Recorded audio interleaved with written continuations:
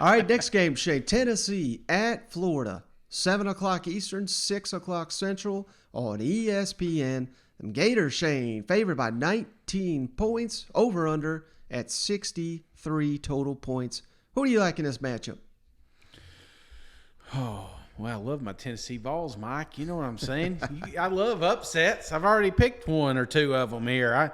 The problem, Mike, the biggest travesty of this game is the fact it's being played at 7 o'clock. It became a primetime game that these fans are going to be loud and rowdy for. And that's the last thing the Volunteers needed was a loud swamp. We needed a hungover noon o'clock swamp, you know, where they're sitting there at halftime like, what the hell happened? But unfortunately, it's a primetime game, and if Dan showed me anything, he's typically 9 times out of 10 ready for a primetime game, which I think he'll have these guys going.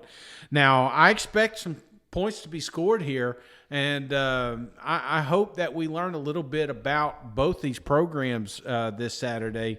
But until Tennessee can find a quarterback that can't throw 10 yards over your head, I don't see them being competitive in this game. And I hope I'm wrong, Mike, buddy. I'm hoping I'm wrong. But give me Florida. Florida Gators. Here's the thing, Mike. I can see this game playing out and just leaning on that running attack and our guys being 3 and out and wore out. This is one of those games that could get ugly real quick, and that's what I'm afraid of is to tail into this thing when the defense is just exhausted. So I think it's a closer game around half, but I just think Florida, with the competitive depth, they just pull away from us. Florida 42, Tennessee 24. Ooh, oh man. So I got Tennessee covering the spread, just FYI. But I just think Florida, if they backdoor this thing, maybe, I don't know. Mm-hmm.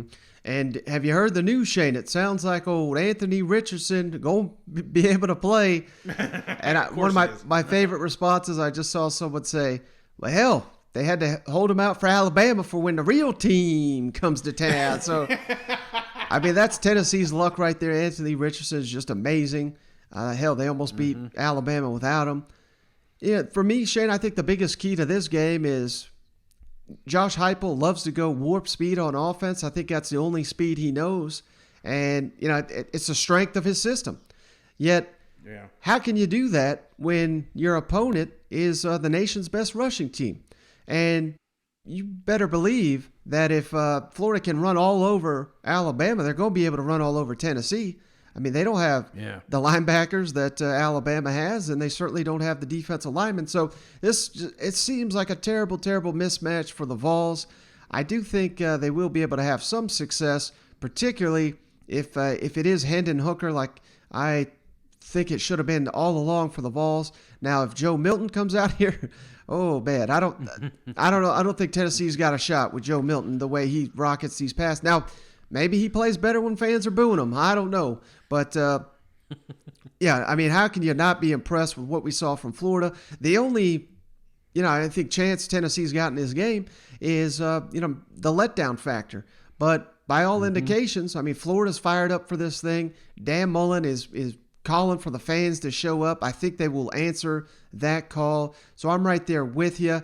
I think Florida's defense, outside of that opening against Alabama where there were some missed tackles and whatnot, they are much improved this year. So I think they'll be better equipped to handle this Tennessee offense. So I got it right with you, Shane. 35-20. I like the Vols to cover, but Florida to get an easy win. And they probably could run it up if they wanted here late in the fourth. But I think they're going to take it easy after the war they were just in against Alabama.